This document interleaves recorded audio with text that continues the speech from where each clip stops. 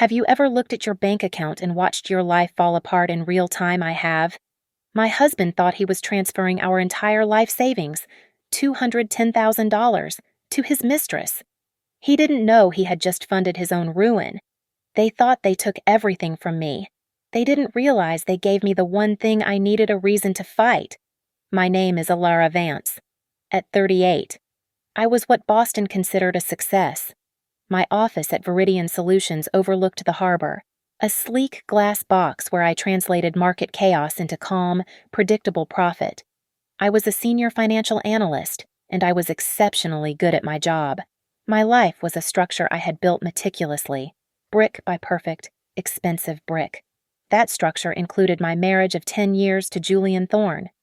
Julian was the kind of man who filled a room just by entering it, a charismatic, devastatingly handsome fund manager who charmed clients and friends with equal, effortless ease.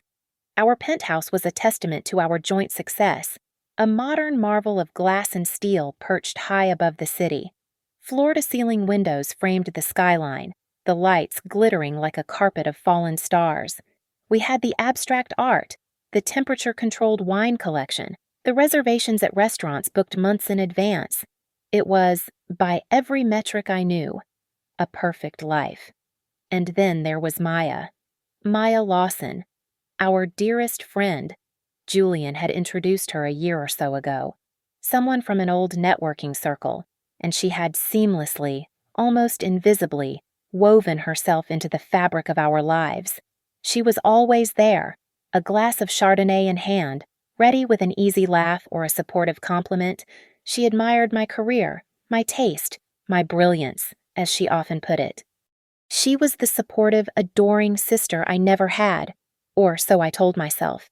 She made our perfect picture feel even more complete, more validated. The first fissure was almost invisible, a hairline crack in the marble facade. Julian, who had always been an open book about his portfolio, became guarded. His phone, which used to lie face up on the kitchen island between us, was now perpetually in his pocket or placed screen down on the nightstand. Late nights, at the office, once a rarity, became a weekly occurrence, then stretched to several times a week, often past midnight. When I'd wait up for him, he'd smell faintly of a perfume I didn't wear and blame it on a client meeting at a smoky bar. "It's just this new fund, Alara," he'd say, massaging his temples with a theatrical weariness. "It's a monster. You, of all people, should understand the pressure. The numbers are insane." And I did. Or, I wanted to. The financial world was a high-stakes, high-stress beast. So I nodded, pushed down the small, cold knot of unease in my stomach, and blamed my own suspicion. I was projecting. I was tired. He was stressed. I was the analytical one, the one who lived by data. I should be rational, not paranoid. I forced myself to believe him, to choose the perfect picture over the unsettling shadows at its edges. The paranoia found a new, concrete focus a few weeks later. He brought it up over dinner, swirling a heavy red wine in his glass. "Alara, honey, I have a delicate family matter to discuss." I tensed. Julian's family was wealthy, proud, and distant. We rarely discussed them. He spoke of a cousin I'd never heard of. Leo, he called him. This cousin, he explained, had made some terrible investments, gotten involved with the wrong people, and was now facing absolute financial ruin. "It's bad, Alara. We're talking family shame, losing his house, everything. It's a complete disaster." I listened, my analyst brain instinctively kicking in, calculating risk, assessing exposure. How bad is bad, Julian? He didn't meet my eyes. He stared out at the city lights, a mask of troubled loyalty on his handsome face. "He needs a loan, a significant one. $210,000. The fork halfway to my mouth stopped. $210,000, Julian. That's nearly all of our savings for the Beacon Hill house. That is our dream. We've been planning that for 2 years. I know, he said, finally turning to me, his eyes full of that practiced sincerity I had fallen in love with. "But this is my family. Ilara. My blood. He has nowhere else to turn. He's promised to pay it back within 6 months, with interest. It has to be secret, completely off the books. He's too proud to let the rest of the family know. Please, I would not ask this, ever, if it wasn't a life or death emergency." He took my hand across the table. His was warm and steady. Mine was suddenly ice cold. He was leveraging our 10 years, our shared future, our dream home, against this sudden, unseen Leo. To say no would make me the cold-hearted, unsupportive wife. It would prove I valued money over his family. He had framed it perfectly. I looked away from his pleading face, toward the sterile perfection of our living room. Every instinct, every analytical skill I'd honed at Viridian Solutions screamed that this was wrong. The numbers didn't add up. The secrecy was a red flag. But the part of me that was his wife, the part that had invested a decade in this marriage, the part that desperately wanted to preserve the peace of our perfect life, gave in. "Okay," I whispered, the word feeling like dust in my mouth.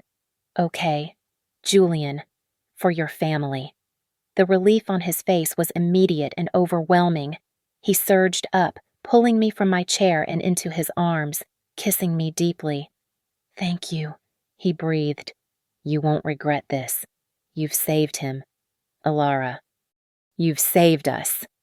The next evening, Maya was over for drinks. Julian, beaming and relaxed for the first time in weeks, told her what I had agreed to. "Ilara, that is the most generous, trusting thing I have ever heard," Maya gushed, squeezing my arm, her eyes wide with what looked like genuine admiration. "Julian is so lucky to have a wife who trusts him so completely. That kind of faith, it's just so rare these days." Her words were meant to be a compliment, I knew, but sitting there, bathed in the warm, expensive glow of our penthouse, her praise felt less like a comfort and more like an indictment. That night, I couldn't sleep. Julian was breathing deeply beside me, finally at peace now that his problem was solved.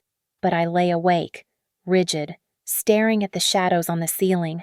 A sense of alarm, sharp and distinct, had settled over me. It was a physical weight on my chest, a cold dread that had nothing to do with the money. I felt like I was standing at the edge of a sheer cliff in the dark, unable to see the bottom but knowing, with absolute certainty, that I was about to be pushed. The perfect picture was tilting, and I was just beginning to realize I wasn't the one holding the frame. A week went by. The unease that had settled over me after I agreed to the transfer didn't dissipate. It was a low-frequency hum beneath the surface of my days, a coldness that the expensive cashmere sweaters I favored couldn't seem to touch. I tried to bury it in work, in the complex algorithms and market projections that usually calmed my mind. I told myself I was being irrational. It was done. It was a gray Saturday morning. Julian had left early, claiming a golf game with a potential client. The penthouse was silent except for the faint hum of the city 20 floors below. It was the first of the month, my usual day for rebalancing our personal budget. A ritual I normally found soothing, a way of imposing order on the world. I sat at our massive kitchen island, the cold, white marble cool beneath my forearms, and opened my laptop. I pulled up the joint savings account, our dream house fund. And there it was, a single stark debit from 3 days ago. Wire transfer, outgoing, amount $210,000. My eyes scanned the transaction details. Recipient Leo Thorne. I just stared at it. Leo Thorne. A name without a face. A ghost who now owned our future. But my gaze kept slipping from the name to the digits beside it. The account number. It was just a string of numbers, but a flicker of recognition, sharp and unwelcome, sparked in my brain. It was like seeing a familiar face in an unexpected place, a face that didn't belong. I had seen this sequence before, but where it wasn't one of Julian's personal accounts. It wasn't one of mine. My pulse, usually steady, began to quicken. The low hum of anxiety I'd been carrying all week sharpened into a distinct, high-pitched alarm. I copied the number string. I navigated away from the bank's interface and opened my personal secure drive. This was my digital fortress. The place I kept encrypted copies of my passport, old tax returns, my entire financial footprint. I had a file, an old spreadsheet I hadn't opened in years, named Personal Acts Archive. It held the details of every account I'd ever opened, every credit card, every dormant investment vehicle. I ran a search for the account number. No matches. My breathing felt shallow. I went back to the bank statement. I looked closer, my analyst training kicking in, forcing me to see beyond the lie I wanted to believe.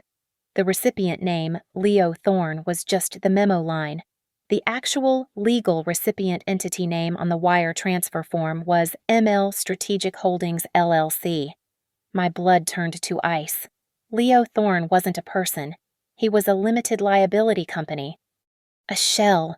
Julian hadn't just been secretive. He had actively deceived me about the fundamental nature of the transaction. My hands were shaking, but my mind was suddenly, chillingly clear. The fear was replaced by the cold, familiar rush of a problem to be solved. I was an analyst. I vetted entities for a living. I found fraud. I opened a new browser tab and went straight to the Secretary of State's public database for corporate filings. I typed in the name, ML Strategic Holdings, LLC. The query took less than 5 seconds. The entity record loaded onto my screen. The world stopped. Date of incorporation: 6 months prior. Registered agent Maya Lawson. Principal address: Maya Lawson. I felt a violent wave of nausea rise from my stomach. So intense I had to grip the edge of the marble island to steady myself. The air left my lungs. Maya, our dearest friend. Maya, who had praised my trust. Maya, who had sat in this very room and toasted my generosity. Leo didn't exist. The desperate cousin, the family shame, the secret loan, the promise to pay it back, it was all a story, a performance, staged for my benefit. This wasn't a loan. It was a meticulously planned theft. The late nights at the office, the sudden, obsessive protection of his phone, the faint scent of perfume that wasn't mine. The pieces didn't just fall into place, they slammed together with the force of an explosion, shattering the entire structure of the life I knew. They were in this together. They had planned this. They had stolen $210,000 from me. I needed to hear his voice. I needed the final data point. I picked up my phone, my thumb hovering over his contact. I took one deep, shuddering breath, then another, forcing my heart rate down, pushing the hysteria back into a cold, dark box. I composed my voice, making it calm, professional, slightly inquisitive, the tone I used at Veridian when questioning a junior analyst's flawed model. I pressed the call button. He answered on the third ring, his voice breezy, laced with synthetic charm. "Hey, hun. Everything good. I'm just about to tee off on the 9th. "Hey," I said. My voice was a masterpiece of control. "Sorry to bother you on the course. I'm just doing our monthly budget, and I got an automated compliance flag from the bank about that big transfer, the $210,000 one." There was a fractional pause. The breeze in his voice died. A flag. "What are you talking about?" "It's just a standard KYC protocol." I continued, pacing the living room, staring blankly at the perfect, sterile view. "Know your customer. It looks like the recipient name you put on the memo. Leo Thorne. Doesn't match the legal name of the entity on the account. The LLC. It's a mismatch. They've put a temporary hold on the funds pending verification. I just need the full, correct legal name of the LLC so I can clear it with them. It's just paperwork." It was a complete lie, of course. The transfer was long gone, but it was the perfect bait. The silence on the other end stretched for 3 full seconds. Then the mask didn't just slip. He ripped it off and threw it on the ground. "What did you just say?" The voice that came through the speaker was not Julian's. It was a stranger's, flat, cold, and laced with venom. "Why are you looking at that transfer? Ilara, I told you explicitly that it was a private family matter." "It's our joint account, Julian," I said, the manufactured calm beginning to crack. "It's my name on it, too. The bank flagged it, not me. I'm just trying to fix the—" "I don't care who flagged it," he spat, his voice rising to a snarl. "You call them back and you tell them to release it. Now, do not interfere with this. This is my family, my business. You have no right to go snooping around my private affairs." Snooping. The word echoed in the vast, empty room. "It's $210,000 of our money. Julian, I said, stay out of it," he roared, a full-throated, furious command. "You're going to screw up the entire thing. Just leave it alone. I'll handle it when I get home." He hung up. The click of the disconnected call was the loudest sound I had ever heard. I lowered the phone. My hand wasn't shaking anymore. It was perfectly still. He hadn't denied the LLC. He hadn't asked. What LLC? He hadn't defended his fictional cousin. He hadn't even pretended. He had only attacked me. He had confirmed everything. I stood there for a long time, staring at my reflection in the dark glass of the window wall. The woman looking back at me was a fool. Her marriage was a lie. Her best friend was a predator. And her husband, the man she had loved for a decade, was a common thief. The perfect picture was shattered. He didn't come home alone. Julian walked through the penthouse door around 7 o'clock. His face flushed from the cold, but he wasn't alone. Maya was with him, trailing him like a shadow, carrying a bag from a high-end boutique. They weren't whispering or looking guilty. They were laughing, mid-conversation, like a normal, happy couple returning from a day of shopping. They stopped when they saw me. I was standing in the center of the vast living room, not moving. My laptop was open on the kitchen island, the Secretary of State's database still glowing on the screen. Julian's smile didn't fade. It just changed. The warmth vanished, leaving behind something cold and sharp. He didn't sigh. He didn't offer an excuse. He just looked at me, then at the laptop, and loosened his tie. "So," he said, his voice casual, "you found it." "Leo Thorne," I said. My own voice was unrecognizable, a dry rasp. Or should I say, ML Strategic Holdings. My dearest friend, the woman who had cried with me over a movie just 2 weeks ago, didn't flinch. She simply walked past me, tossing her coat onto our white leather sofa as if she owned it. She looked at me with an expression of mild, pitying boredom. "It took you longer than I thought it would. Ilara," she said, her voice smooth. "For such a brilliant analyst." The world tilted. I gripped the back of a chair to steady myself. "You—" I looked at Julian, the man whose hand I had held, the man whose future I had planned alongside my own for a decade. "You planned this. Both of you."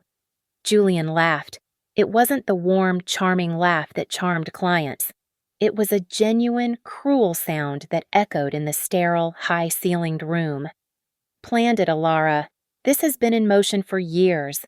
You were just too busy admiring your perfect spreadsheet of a life to see the rot in the foundation." "The money," I demanded, the adrenaline finally surging, creating a tremor in my hands. "Our savings. The $210,000? I want it back." "Ah, the money," he said. He walked to the crystal decanter on our bar, pouring himself a large measure of scotch. Neat. He didn't offer me one. He swirled the amber liquid.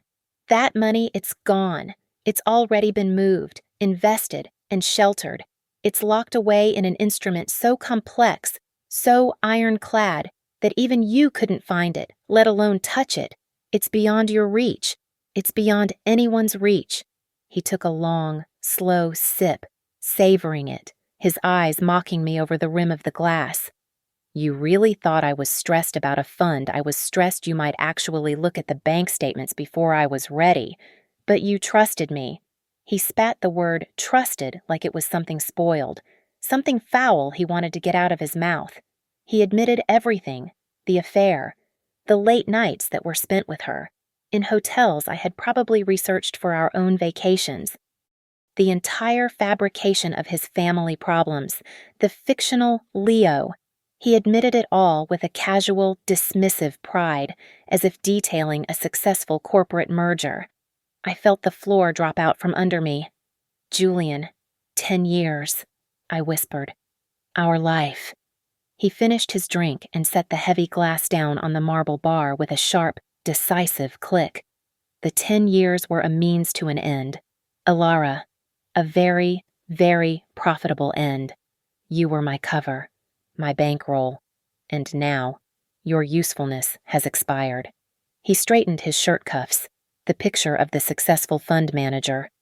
This marriage is over. My lawyer will be serving you papers tomorrow. I want a divorce. I didn't sleep. I didn't cry. I just sat on that sofa, Maya's expensive coat still draped beside me, and watched the city lights blink until the gray, cold dawn broke over the harbor. The next morning, I moved on autopilot. Numbness was a shield. I had to go to work. I had to maintain some semblance of my life. If my marriage was a void, Viridian Solutions was all I had left. My career was solid. My career was mine. I walked into the familiar glass lobby at 8:45, the smell of expensive coffee and recycled air a comfort. I pulled my security card from my bag, the one with my smiling, confident photo, and swiped it at the turnstile. A sharp electronic beep, a flat, red light, access denied. I frowned, thinking it was a glitch. I swiped it again. Access denied. The security guard at the front desk, a man named Marcus, whom I'd greeted every morning for 6 years, wouldn't meet my eyes. Ms. Vance, he said, his voice low and uncomfortable. They're waiting for you in Conference Room C. I'll have to buzz you through. Conference Room C. The cold room. The room where they handled terminations. A freezing dread, worse than anything I'd felt the night before, washed over me. The walk across the polished marble floor was the longest of my life. Every footstep echoed. I opened the heavy glass door. It wasn't just human resources. David Miller, my CEO, was sitting at the head of the long, polished table.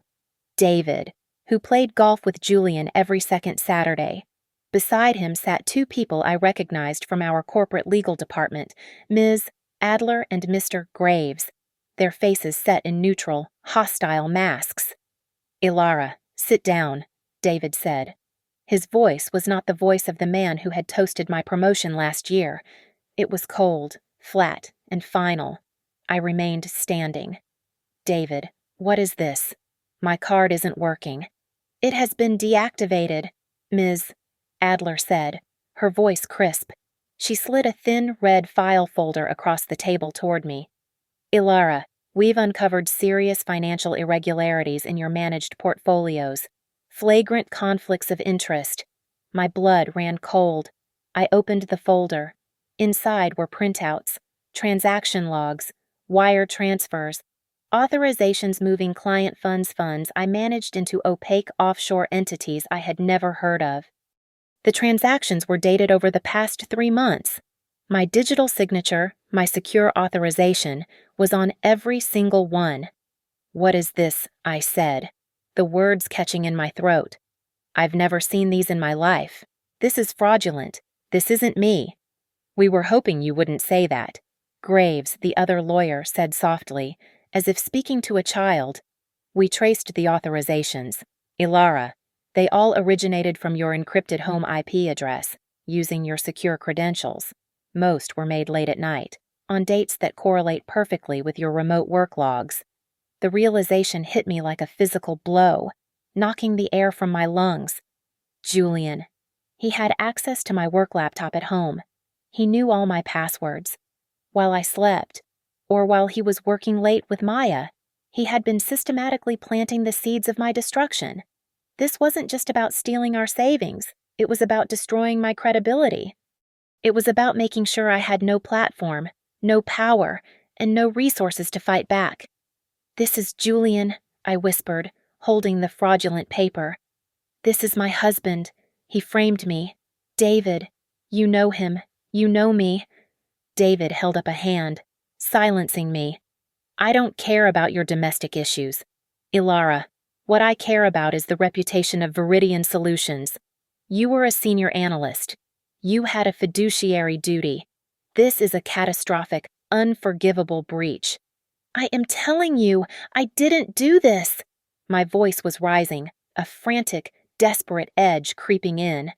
"You've known me for 8 years. My record is perfect." "Apparently not," David said, his eyes like steel. "You are terminated, effective immediately." "You can't," I breathed. "My career, my license." "Consider yourself lucky we are not calling the SEC right this second," Adler interjected, pushing a new set of papers toward me. "This is a separation agreement and a non-disclosure agreement. You sign it, acknowledging voluntary resignation, and you walk away. We will not pursue criminal prosecution." She leaned forward. "But if you fight this, Ilara, if you try to sue for wrongful termination or go to the press, we will release our full findings and we will recommend the U.S. attorney prosecutes you to the fullest extent of the law. Am I clear? I was trapped, gamed, utterly, completely destroyed." A security guard appeared at the door. He was holding a small, brown cardboard box, my desk photos, my favorite pen, a stupid, sentimental paperweight my team had given me. They had already cleared my desk. He escorted me to the elevator, down to the lobby, and through the glass doors I had walked through that morning as Ilara Vance, senior analyst. I stood on the sidewalk in the bright, indifferent morning sun. It was 10:30 on a Monday. In less than 48 hours, I had lost my husband. I had lost my best friend. I had lost $210,000. And I had just lost my entire career, my reputation, and my future. Julian and Maya hadn't just left me. They had coordinated a systematic, ruthless demolition of my entire life. The divorce was not a negotiation. It was an execution. Julian's lawyer, a shark in a $4,000 suit, presented a case built on a mountain of lies. I was painted as erratic, mentally unstable, a high-functioning addict who had secretly squandered their money on phantom investments. Maya Lawson, my dearest friend, even provided a tearful, notarized affidavit detailing my erratic behavior and increasing paranoia in the months leading up to the unfortunate transfer. She claimed I'd become obsessed with a get-rich-quick scheme and had begged her to set up the LLC as a blind trust to hide my losses from Julian. My own lawyer, a court-appointed public defender I couldn't afford to replace, looked at me with exhausted pity. With no job, no savings, and a mountain of fraudulent evidence from Viridian stacked against me, I had no leverage. Julian, the aggrieved husband, magnanimously agreed not to press charges for my financial malfeasance if I signed the papers. I walked away with nothing. Not the penthouse, not our remaining joint accounts which were mysteriously emptied, not even the car. I left a 10-year marriage with 2 suitcases of clothes and my personal laptop. My career was already dead. The financial world is small, and the stain of fraud is indelible. It didn't matter that I hadn't been formally charged. The story David Miller and Julian had crafted was far more effective. Ilara Vance, the brilliant analyst, had a breakdown. She'd commingled funds, a polite, industry-specific term for stealing. She was a liability. Headhunters who had filled my inbox with 6-figure offers just a month before now suddenly had no openings that match your profile. Shh, calls to former colleagues, people I had mentored and lunched with for years, went to voicemail and were never returned. The social isolation was just as swift and brutal. Julian played the part of the long-suffering victim to perfection. He was devastated, he told our friends, by my betrayal and illness. He was focusing on his work and healing, with the loyal support of Maya, who had been a rock for him through this entire ordeal. I was cut out of the circle so cleanly it was like I had never existed. Invitations stopped. Texts went unanswered. I was a ghost in the life I had built. The money from selling my clothes, the designer suits, the cashmere, the handbags that were once my armor ran out first. Then came the jewelry, my grandmother's diamond earrings, the watch Julian had given me for our 5th anniversary, a cold, heavy weight I was glad to be rid of. I sold it all for pennies on the dollar in a dimly lit pawn shop downtown, the irony thick enough to choke on. An analyst who once managed 9-figure portfolios was now haggling over the price of her own past. With the last of that cash, I paid the deposit on a room at the Cypress Inn Motel. It was not an inn. It was a concrete block in a forgotten part of the city, wedged between a highway overpass and a check-cashing store. The signs neon C and P were burnt out, so at night it just read Cypress Inn. My room was on the 2nd-floor walkway, overlooking a stained, empty swimming pool. It smelled of stale cigarettes, industrial bleach, and damp carpet. The thin, floral-patterned bedspread was rough against my skin. The air conditioner rattled like a dying engine. This was where I lived now. I had gone from a glass penthouse overlooking the Boston Harbor to a pay-by-the-week motel room overlooking a concrete graveyard. I had become invisible. No one looked at me. I was just another shadow in a place full of them. The first 2 weeks were a blur of numb despair. The sheer, crushing weight of my new reality was suffocating. But survival is a primal instinct. I still had my laptop and my brain. The financial industry was a locked, steel-plated door, but the gig economy was a gaping maw that took everyone. I found a remote data entry job online. It was mindless, soul-crushing work.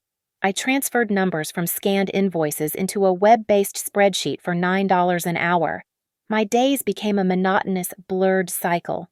Wake up to the sound of traffic on the overpass, log on, type, type, type.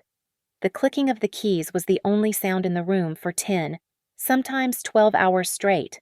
My mind, once trained to decipher complex market algorithms, was now dedicated to distinguishing a 3 from an 8 on a blurry receipt. I'd log off, my eyes burning, and walk to the corner store. My dinner was a protein bar and a plastic-wrapped sandwich that tasted like cold chemicals. I ate sitting on the edge of the bed, watching an old, buzzing television. I was earning just enough to pay the $180 weekly rate for the room, with a few dollars left over. I was trapped, treading water in a sea of poverty. The despair began to curdle into something else. It became a cold, hard stone of obsession in my gut. I sat there one night, the flickering blue light of the television washing over the room, and the numbers finally stopped making sense. I understood Julian. He was greedy. He was a sociopath. He wanted the money and a new life with Maya. I understood the affair, the lies, the theft. What I didn't understand was the rest of it. Why the frame-up at Veridian? Why destroy my career? Why plant false evidence? Risk federal crimes? And coordinate with my CEO to have me fired for fraud? Why unleash the full power of a major corporation to not just rob me, but to systematically obliterate my reputation, my professional license, and my ability to ever earn a living in my chosen field? It was overkill. It was a scorched earth strategy when a simple bank robbery would have sufficed. They had the $210,000. They could have just left. They could have been on a beach in the Caymans, sipping cocktails, while I was left in Boston to simply file for divorce from a runaway husband. But they hadn't. They had stayed. They had coordinated. They had meticulously, ruthlessly, and with extreme prejudice, taken a scalpel to my life and cut out not just the money, but my entire identity. I stared at the peeling, water-stained wallpaper. The question echoed in the silent, grim room, over and over, becoming the only thing my analyst brain had left to solve. Why? Why the systematic destruction? What was I so close to? What had I been in a position to see at Viridian Solutions that made me such a threat? They hadn't just stolen from me. They had tried to silence me.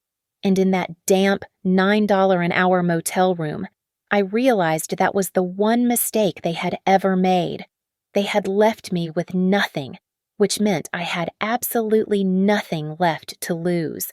The question why became my only companion in the $9 an hour silence. I spent 12 hours a day logged into a remote server, my mind, once a finely tuned instrument for navigating global markets, now reduced to a simple input-output machine. Click, type, click, type. The monotony was a kind of gray anesthetic, dulling the sharp, jagged edges of my new reality. I was 3 weeks into my life at the Cypress Inn, 4 weeks since my career had been detonated. My phone, a cheap prepaid model I'd bought with cash, vibrated on the stained laminate nightstand. The screen lit up with an unfamiliar number, a Boston area code. My heart gave a single painful jolt. I stared at it, my first instinct to let it go unanswered.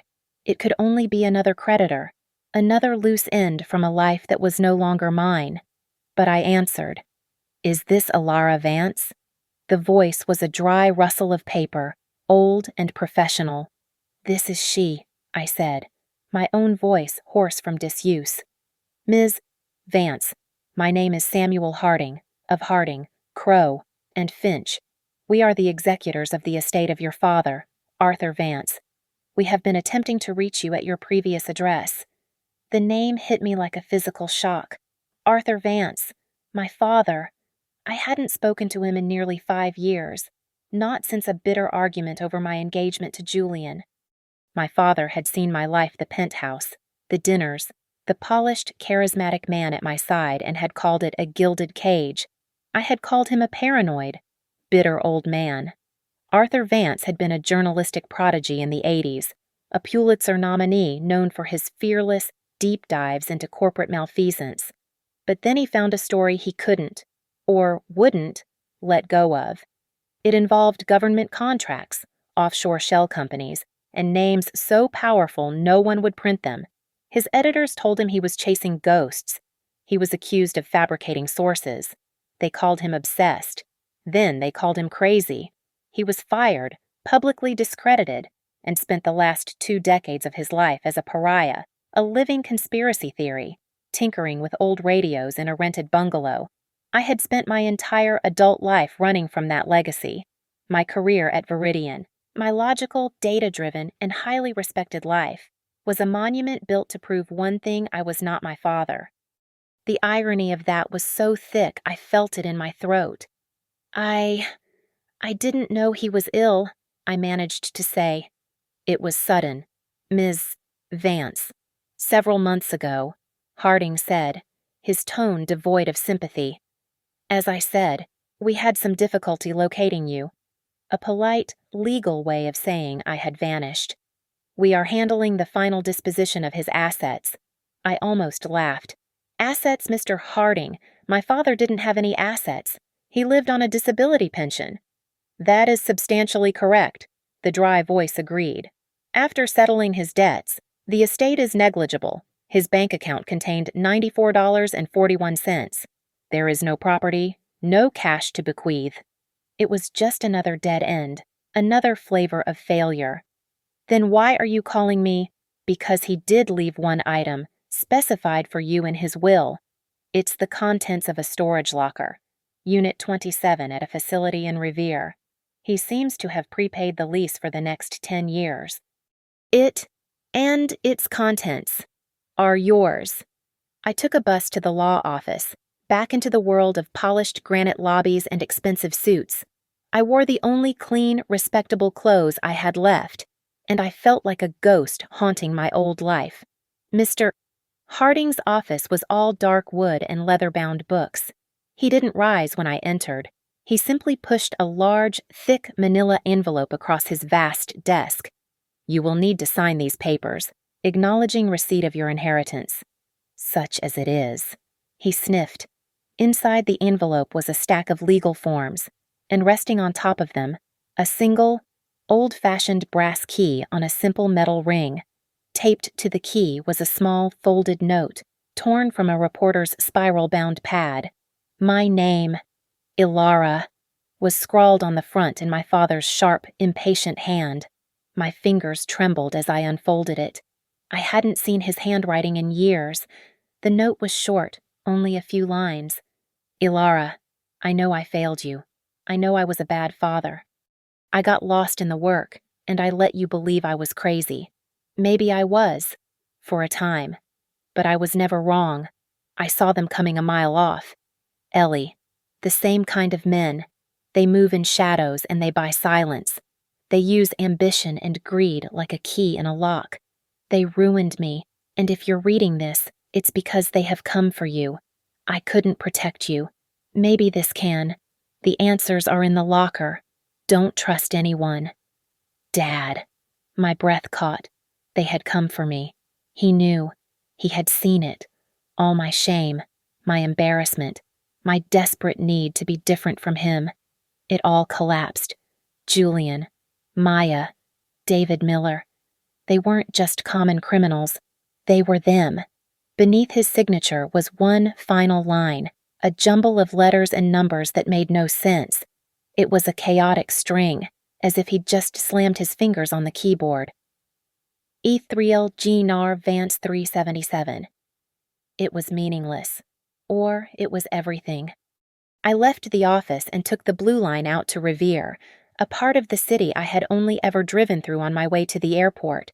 The storage facility was a desolate, sprawling complex of corrugated metal doors, set against a gray, wintry marsh. The wind was sharp, smelling of salt and decay. I stood in front of Unit 27. The door was faded red, streaked with rust. I had nothing. No home, no job, no money, no one. I was a blank slate, a person who had been erased. Julian and Maya thought I was broken and destitute, weeping in a cheap motel. They thought they had won, but my father, the crazy man, had left me a key. He had left me an answer. I slid the cold brass key into the lock.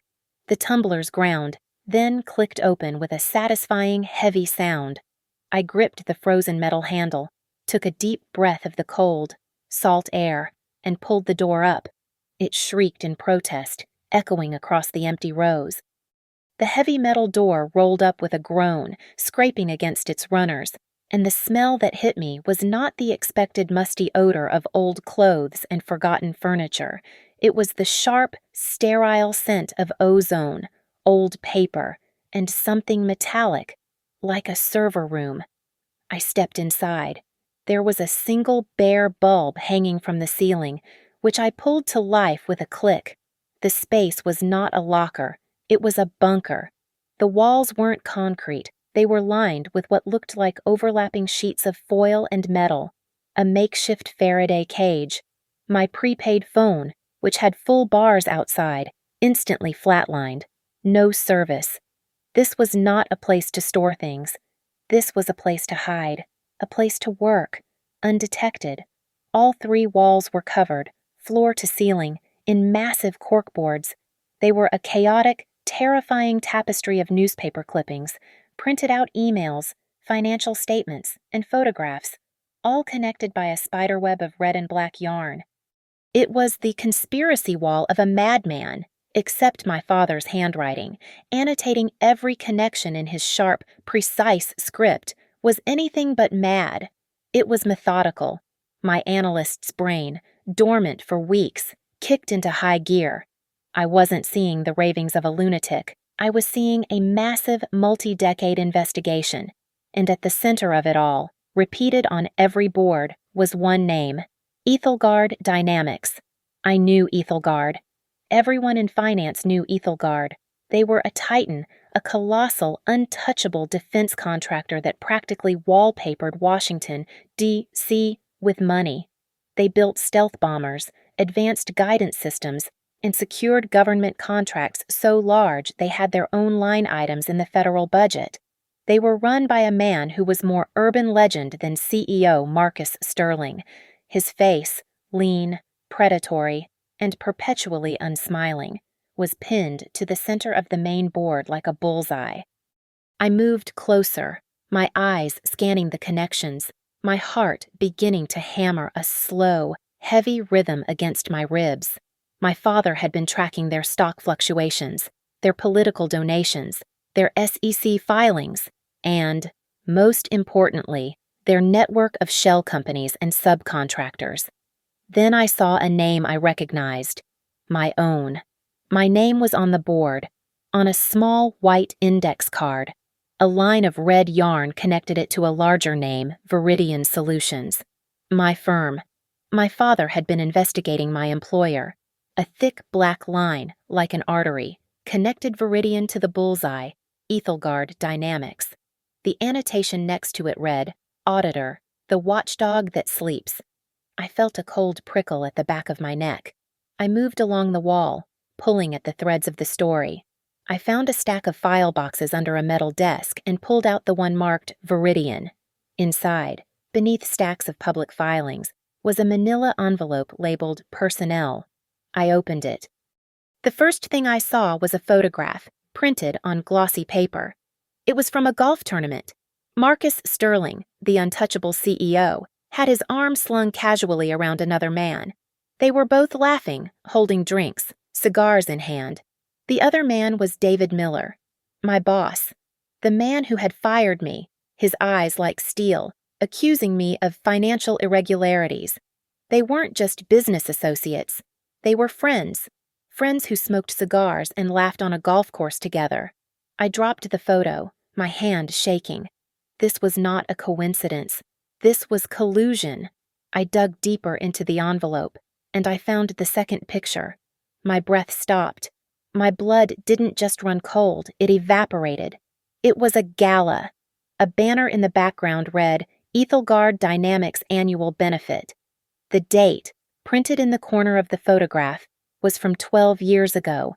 Standing in a small group, just over Marcus Sterling's shoulder, was Julian. It was unmistakably him. He was younger, his face sharper, leaner, maybe 25 or 26. Wearing a tuxedo. He wasn't the focal point of the picture, but he was there. He was in the room. He was part of Sterling's orbit. I met Julian 10 years ago. He had told me he was a rising star at a small, independent fund, that he'd built his career from nothing. It was a lie. He was Ethelgard. The pieces didn't just fall into place, they detonated. Julian Thorne was not an unfaithful husband who had gotten greedy. He was an operative. He was a plant, his chance meeting with me at a finance conference, his whirlwind romance, his charm, his proposal, his meticulously constructed persona as a loving, ambitious husband. It was all a fabrication, a 10-year assignment. They had put him in my life. Why I looked back at the wall. Viridian Solutions was Ethelgard's auditor. My firm was the one meant to be checking their books. The books my father had spent 20 years proving were dirty. And Alara Vance, was a brilliant, meticulous senior analyst at that firm. I was the daughter of Arthur Vance, the one man who had almost exposed them. I was a potential threat, a variable they needed to control. So they sent Julian. He was my handler. He was there to watch me, to report on me, to ensure I never got curious, never looked in the wrong place, never connected the dots my own father was desperately trying to draw. And when I had served my purpose, or when I got too close, they initiated an exit protocol. The affair with Maya, she was probably his handler, another operative. The stolen $210,000 a distraction, a motive. And the frame-up at Viridian that was the primary objective. It wasn't about silencing an angry ex-wife. It was about professionally neutralizing a high-level financial analyst. It was about discrediting me, destroying my credibility, and making sure that if I ever did find this locker, if I ever did see the truth, no one on earth would believe me. I would just be the crazy daughter of a crazy man, ranting about conspiracies after having a mental breakdown and committing fraud. The why that had tortured me in the motel room was answered. This wasn't a domestic drama. This was corporate warfare. I leaned against the cold metal wall, the lone bulb flickering overhead. The shame I had carried for my father, the embarrassment at his paranoia, it all burned away, replaced by a sudden terrifying and diamond-hard clarity.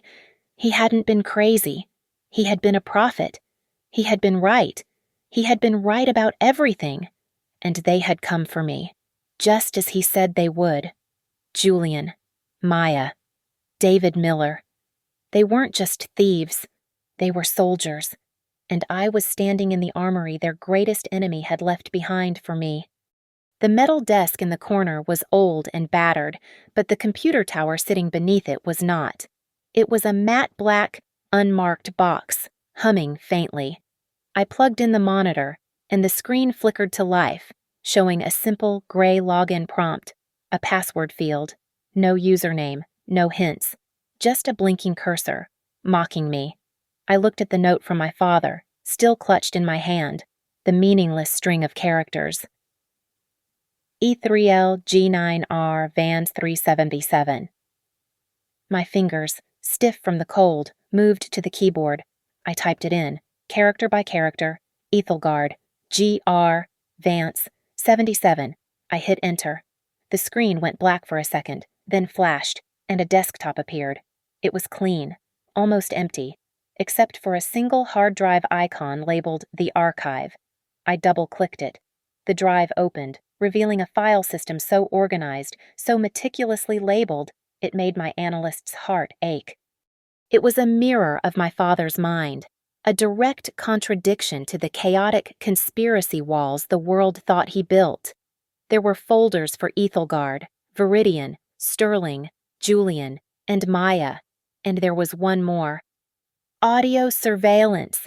My pulse thrummed in my ears. I clicked it. The folder was full of hundreds of small audio files, dated over the last 3 years. I clicked on one from 6 months ago, labeled JM Planning Phase 1. A file player opened. I heard the faint clinking of ice in a glass. Then voices. Julian's voice, not the warm, loving one I knew, but a flat, cold, corporate tone. And Maya's. Sterling is getting impatient, Maya said. Her father's name is popping up again on some watchdog blogs. The old story. He wants the Vance problem handled, permanently, and that means her. She's not a problem, Julian's voice replied, bored. She's an asset. She's completely loyal to me and completely ashamed of him. I've spent 10 years building this cover. Maya. She doesn't suspect a thing. Cover isn't good enough anymore, Maya snapped. Sterling wants her neutralized. He wants insurance. We discredit her, just like her father. We frame her, make her look unstable, fraudulent. We take her out of the game so completely that if she ever does stumble onto something, she's just another crazy Vance shouting at the void. Fine, Julian said. It's a shame. She's good at her job. But if that's the order, we'll need to fund the exit, my exit, your exit, the $210,000 in the house fund. It's clean. It's liquid. We can use that as the motive. We'll make it look like she stole it, got in over her head. Good, Maya said. I've already set up the LLC, ML Strategic Holdings. You'll move the money there. Sterling will provide the back-end support at Viridian. Miller is already on board. We'll build the fraud case against her. You file for divorce claiming instability. And we're gone. Clean. My hand flew to my mouth, but no sound came out. I was listening to the calm, logistical planning of my own execution. Maya wasn't Julian's lover who got in on a scheme. She was his handler. She was taking orders directly from Sterling. And David Miller, my CEO, was a willing participant. This was a corporate hit, from top to bottom. I backed out of the folder, my mind a whirlwind of ice and rage. I clicked on the main Ethelgard folder. It was all there. The real data. Scanned bank statements from Cayman Islands shell companies. Wire transfer logs showing billions in consulting fees being funneled from Ethelgard to these accounts. And then back out. hosed over corrupt politicians and subcontractors, and the Viridian folder. I found the scanned memos. David Miller himself, ordering audit teams to deprioritize and limit scope on all Ethelgard subsidiary accounts, citing redundancy. He wasn't just a sleeping watchdog. He was a paid guard, actively helping them rob the house. I had all the proof. My father had found it all. But I was still a broke, discredited, disbarred analyst in a motel room. What could I do? I navigated back to the root directory of the archive. My eyes scanned the list. Ethelgard, Audio, Julian, Maya, Viridian, and one last folder, a folder I hadn't seen before. It was named simply Plan B. My heart stopped. I clicked it. Inside was a single encrypted text file. Ellie read me TX'd. It asked for another password. I tried the long one again. Access denied. I thought for a second. Ilara Ann Vance. Denied. Arthur. Denied. I looked back at the first note. I saw them coming a mile off. Ellie. Ellie. My father was the only person in the world who called me that. I typed it in. ELLIE. The file decrypted. A text document opened. It was a letter from him. Ellie, if you are reading this, the worst has happened. I'm sorry. I've been watching them. Julian and his handler, Lawson. They are Ethelgard assets. They're going to frame you. But first, they're going to rob you. They think they're smart, but they're just arrogant. Julian is a peacock, not a hawk. He's sloppy. He doesn't read the details. He just signs where he's told.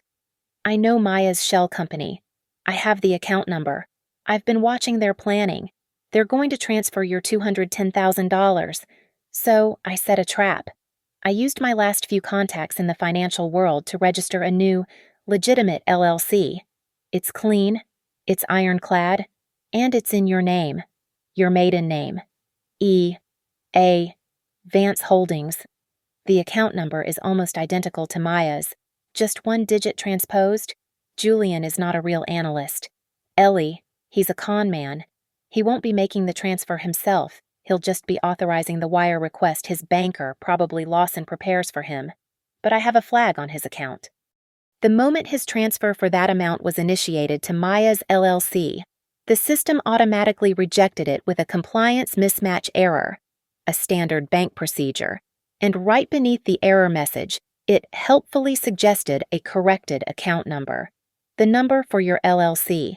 He's arrogant, and he was in a hurry to get his hands on that money. I promise you, he didn't check. He just saw the red flag, cursed, and resubmitted the transfer to the corrected number. He didn't send your money to Maya, Ellie.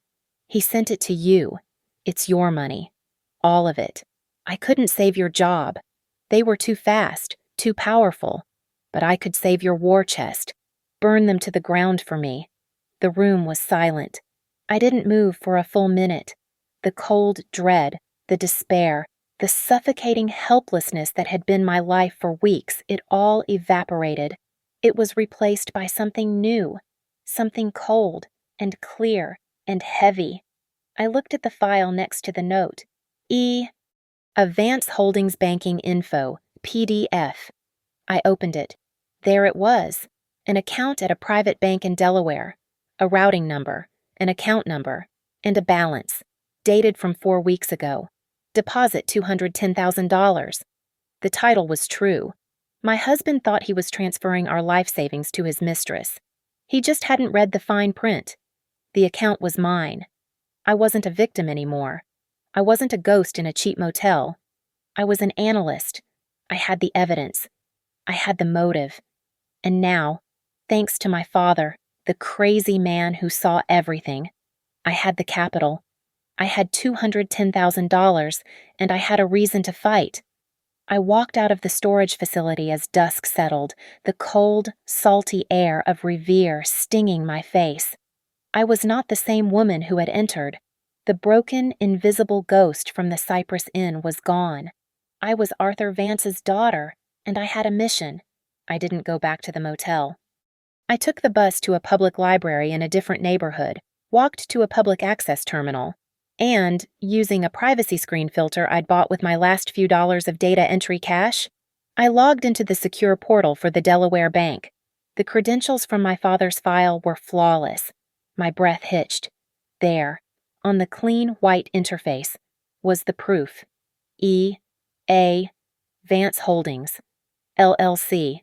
Current balance, $210,000. A smile, the first in months, touched my lips. It was a cold, unfamiliar feeling. Julian and Maya. They were still in Boston. The audio files proved they were waiting, letting the dust settle before they made their move. They thought their investment was safely locked away, appreciating in some complex vehicle. They thought they were clever, sitting on a phantom nest egg. They had no idea their entire escape plan was sitting in an account controlled by the woman they had destroyed. They were blinded by the exact arrogance my father had counted on. My old life, the Alara who followed the rules and trusted the system, would have taken that hard drive straight to the SEC or the U.S.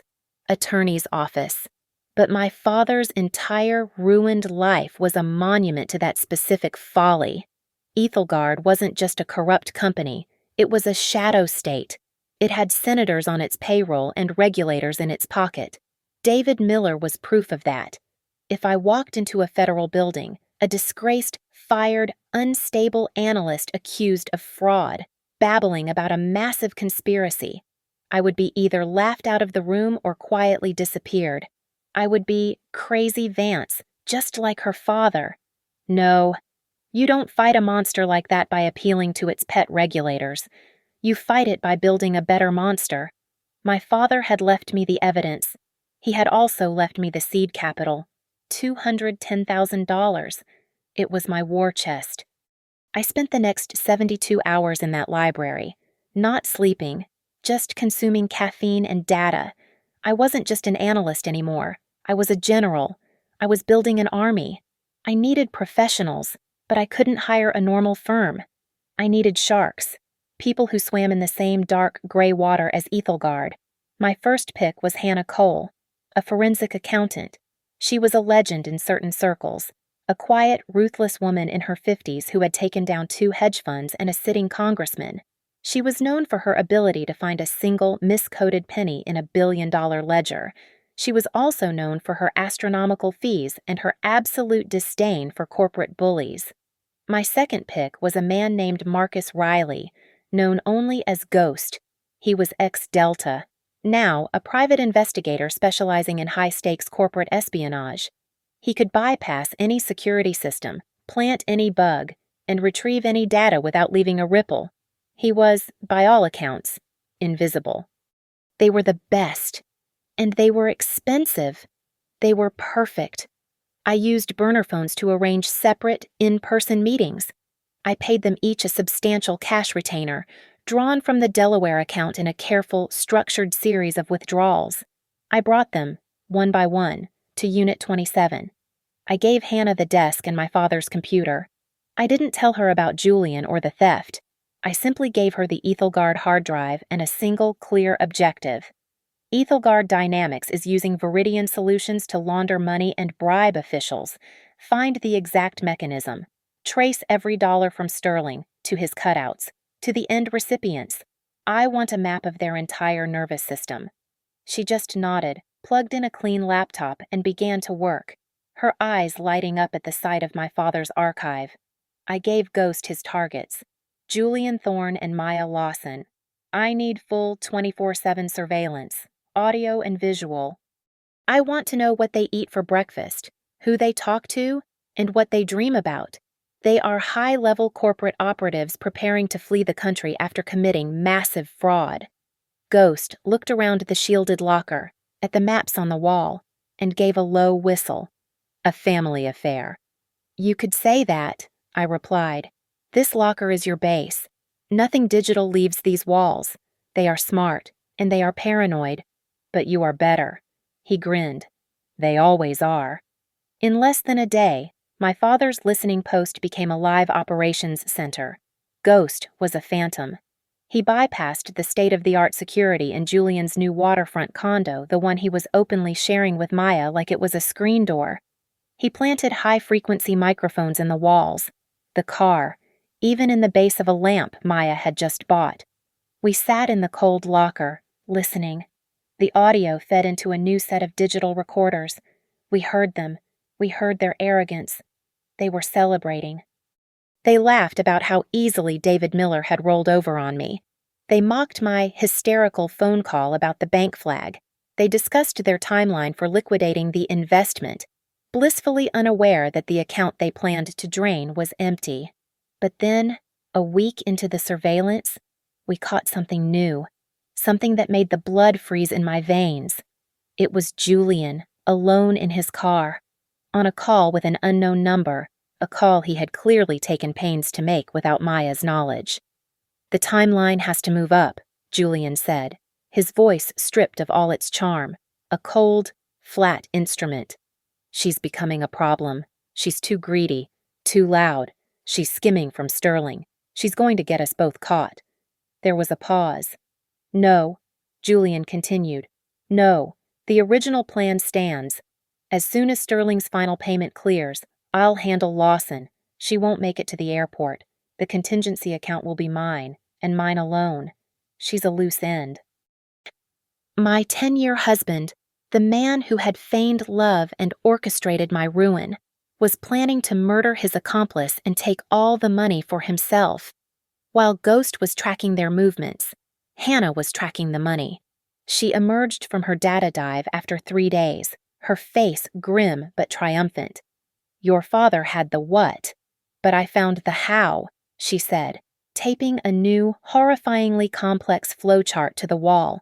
"Sterling is using Ethelgard's offshore R&D budget as his personal piggy bank. He launders it through a network of shells, and Maya Lawson is his primary distributor. She's his cutout." She pointed to a line item. "2 days after you were fired, Maya's LLC wired $50,000 to a private offshore account, an account I traced back to one Mr. David Miller. That was it. The price for my career. $50,000. Hannah pointed to another, smaller set of transfers. "But here's where it gets interesting. Maya's not just a cutout, she's a thief. She's been skimming. For every $1,000,000 Sterling gives her to distribute, she's been siphoning off 10% into a separate account. She's stealing from the most dangerous man in the country." I stood back, looking at the entire horrifying map. Sterling, the kingpin; Miller, the paid-off puppet; Julian, the operative, planning a murder; and Maya, the handler, who was now stealing from her boss and being targeted by her partner. They were a circle of vipers, each one poised to strike the other, all wrapped around the fraudulent company that had destroyed my life. They thought I was the casualty. They didn't realize I was the battlefield.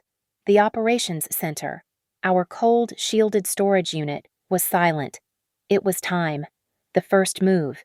Using a secure terminal and a multi-layered anonymous email relay, I sent a single audio file to Maya Lawson's personal email, the one Ghost had pulled from her phone records. The subject line was simple: "Your partner's exit strategy." We didn't have to wait long. Ghost had our audio feed from the condo piped into a small, high-fidelity speaker. For 10 minutes, there was only the sound of ambient music from her stereo. Then, a sharp, sudden silence as the music cut off. A click. The audio file was playing. We listened to Julian's cold, flat voice fill his own condominium. "She's a loose end. I'll handle Lawson. She won't make it to the airport." The audio ended. The silence that followed was heavier, more profound than any I had ever heard. It stretched for a full 30 seconds. Then, we heard a sharp, strangled gasp, a sound of pure animal terror. It was followed by the distinct, crashing shatter of a glass object hitting a hard surface. "No," Maya whispered, her voice trembling, captured perfectly by Ghost's microphone. "No, he wouldn't. That bastard, that lying... Oh, God!" We heard her frantic footsteps, pacing back and forth on the hardwood floor. Panic. Pure, unadulterated panic. "The money," she said, her voice suddenly sharp. "My money, my skimming money. He's going to take it all." We heard her scramble, the frantic tapping of keys on her laptop. She was trying to access her escape plan. She was trying to access the $210,000. Her next call, captured by the bug on her phone, was to the offshore bank managing the ML Strategic Holdings LLC. Her voice was a strained, false calm. "Yes, this is Maya Lawson. I need to authorize a full liquidation and wire transfer of the principal in my account. ML Strategic Holdings. All of it. Now." There was a pause. We could hear the faint, tinny sound of the banker on the other end. Maya's false calm broke. "What do you mean? Insufficient funds?" "That's impossible. There are $210,000 in that account. I saw the initial deposit." Another, longer pause. Her breathing was ragged, audible. "What do you mean?" she said, her voice dropping to a terrifying, deathly whisper. "The account balance is $47.18. She didn't hang up. The phone just clattered onto a hard surface. She now believed, with absolute certainty, that Julian had not only planned to kill her, but that he had already emptied their joint fund. He had betrayed her from every possible angle, leaving her broke, exposed, and holding the bag for Sterling. She was a cornered animal, and cornered animals are predictable.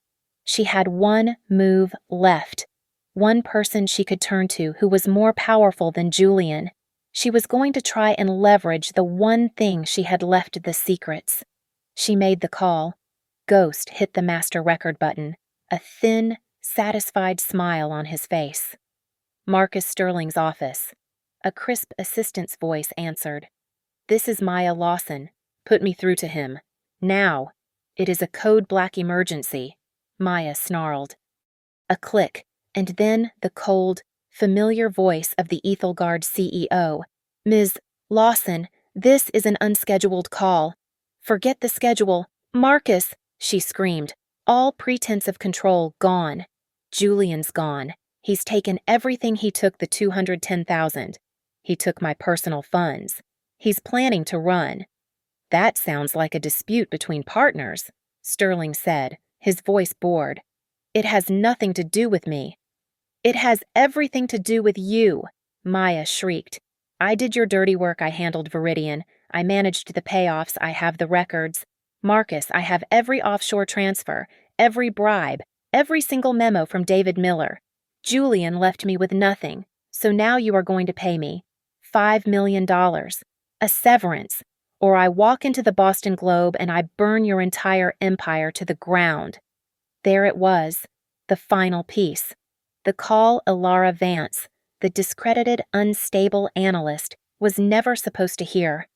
A direct, recorded threat from Sterling's own cutout, explicitly linking him to the Viridian fraud and a network of bribes. Sterling's voice was pure ice. "I advise you, very strongly, to reconsider your position, Ms. Lawson." "5 million," she sobbed, a desperate, hysterical sound. "Or it all goes public. You have 2 hours." She hung up. Ghost saved the file. "Checkmate," he said softly. I turned to Hannah, who had already finished bundling her forensic analysis. "It's time," I said. This was the attack. Not one front, but 3. First, the bomb.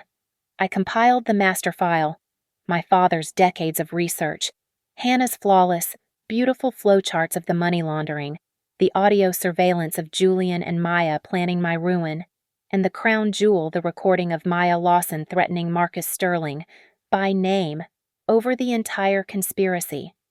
I encrypted the package and sent it from a secure, anonymous drop to one person, Ben Carter, the senior investigative reporter at the Globe, the only journalist my father ever said he still trusted. The subject line, "Arthur Vance was right, the Ethelgard Viridian story." Second, the scalpel. I compiled a separate, sterile package. This one contained none of the audio, none of my father's theories. It was pure, cold, financial crime.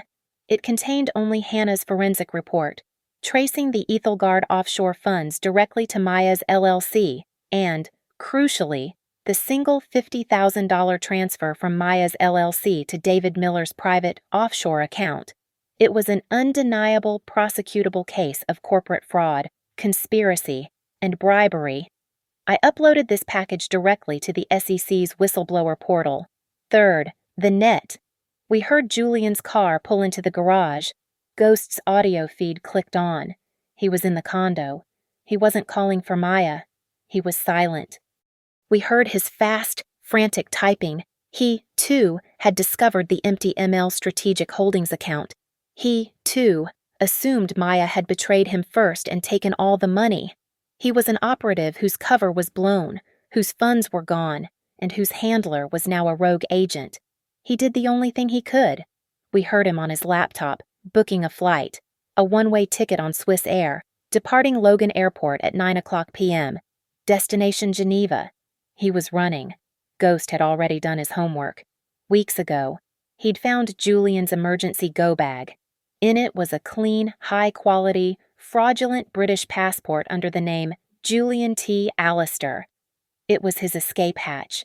I picked up my last burner phone. I dialed the anonymous tip line for airport security. My voice was calm, measured, and unrecognizable. "I have an urgent security tip for Logan International," I said. "There is a passenger on the 9:00 Swiss Air flight to Geneva. His name is Julian Thorne. He is a high-level financial criminal fleeing the country. He will be traveling on a fraudulent passport, a British one, under the name Julian T. Allister.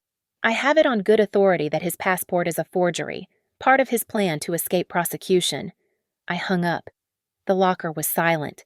The chess pieces were all in place. The traps were set. The phone calls had been made. The vipers were now all panicked, all exposed, and all turning on each other. I had aimed my father's research, my analyst's precision, and my own rage right at the heart of their operation. I left the storage unit, stepped out into the cold night air, and looked up. All I had to do now was wait for the explosions to start. The explosion began not with a bang, but with the click of a mouse. I was in the library, on the public terminal, at 6 a.m. When the Boston Globe's website updated, the story was the entire front page. The Ethelgard files, decades of fraud, bribery, and the Viridian Solutions cover-up.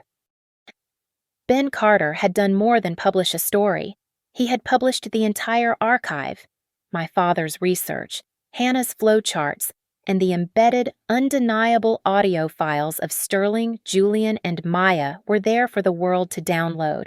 My father's name, Arthur Vance, was listed as a lead investigator, right beside Carter's. His name was cleared. By 9:35 a.m., when the stock market opened, the financial world began to hemorrhage. Ethelgard Dynamics, the untouchable blue-chip giant, plummeted 63% in 8 minutes before trading was automatically halted. Billions of dollars in market cap had evaporated. The beast had been mortally wounded. My scalpel, the SEC tip, struck next. Armed with Hannah's pristine, irrefutable evidence of the $50,000 bribe, federal agents didn't investigate. They executed. News helicopters, already scrambling because of the Globe article, captured the first raid. I watched on a live news feed as federal agents swarmed the lobby of Viridian Solutions. They walked David Miller, my former boss, out in handcuffs. He wasn't the cold, calculating CEO anymore. He was a pale, terrified old man, his face sagging in disbelief. 2 hours later, they hit Ethelgard Tower. Marcus Sterling, the man who moved like a god through the world, was arrested just before he could get to his private rooftop helicopter. He, too, was let out in handcuffs. His $4,000 suit rumpled, his face a mask of cold, silent fury. My net, the one I'd cast at the airport, closed at 8:40 p.m. Julian arrived at Logan, cool and composed, wearing his new identity. The tip about the fraudulent passport got him pulled from the first-class line by airport security. But as they were cuffing him for the passport violation, 2 federal agents, who had been alerted by the SEC's catastrophic unfolding case, stepped forward. "Mr. Thorne," one of them said, his voice flat. "We're not here about the passport. You're under arrest for conspiracy to commit wire fraud and multiple violations of the Foreign Corrupt Practices Act." I watched the security camera footage on the 10 o'clock news. The smirk he had worn as he destroyed my life, the one I'd seen in my penthouse, melted from his face. It was replaced by the hollow, slack-jawed expression of a man whose entire reality had just disintegrated. As for Maya, she was last. The agents, armed with the Globe article and the SEC warrant, breached the waterfront condo. They found her in the master bathroom, surrounded by bleach and shattered electronics. She had been frantically, hysterically, trying to destroy her hard drives in the bathtub when they kicked the door in. She was screaming, blaming Julian, blaming Sterling, insisting she was a victim. She was still screaming when they dragged her away. The Globe article had made me a public figure overnight. I was no longer Crazy Vance, the disgraced analyst. I was the woman who had been systematically framed, the daughter who had finished her father's work and brought down a titan. My name was cleared, but I wasn't finished. I hired the most ruthless civil litigator in New England and filed a 9-figure lawsuit against the smoking crater of Viridian Solutions for wrongful termination, defamation, and conspiracy. The new board of directors, desperate to salvage what little was left, settled in less than 48 hours. The financial sum was staggering. But the real victory, the non-negotiable term of my settlement, was the public apology. They were forced to take out full-page ads in the Wall Street Journal and the Boston Globe, issuing a formal retraction, clearing my name of all wrongdoing, and admitting I was the victim of a malicious, coordinated fraud by former senior management. My reputation was not just restored, it was now bulletproof. The day the settlement wired, I did one last thing. I finally logged back into the E.A. Vance Holdings LLC account. The $210,000 was still sitting there, quiet and patient, the seed money for my war. I liquidated the account. I took that original sum, and I added the entire 8-figure settlement to it. I didn't buy a penthouse. I didn't buy a new life in the world of glass and steel. I founded the Vance Foundation, a non-profit organization with a simple, ruthless mission to fund and provide legal protection for the next generation of investigative journalists. The crazy ones. The ones who hunted monsters in the dark. My new office is not in a skyscraper. It's in an old brick building in the North End, with floors that creak and windows that actually open. It smells like old books and fresh coffee. I unpacked the last box myself. I took the framed certificate of incorporation for the foundation and hung it on the wall. And right next to it, I hung the one photo I'd salvaged from the storage unit, a picture of my father from the 1980s, young, grinning at his desk, holding up a newspaper, his eyes bright and wonderfully defiant. I stood back, looking at the two frames. Julian, Maya, Sterling. They thought they were burying me. They didn't realize they were planting a seed. My father's work was done. Mine was just beginning. Thank you so much for listening to my story. Where in the world are you listening from? I would love to know. Comment below so we can connect, and please share your thoughts. Do not forget to subscribe to Lily Revenge Stories, like this video, and give us extra support by hitting that hype button so this story can be heard by even more people.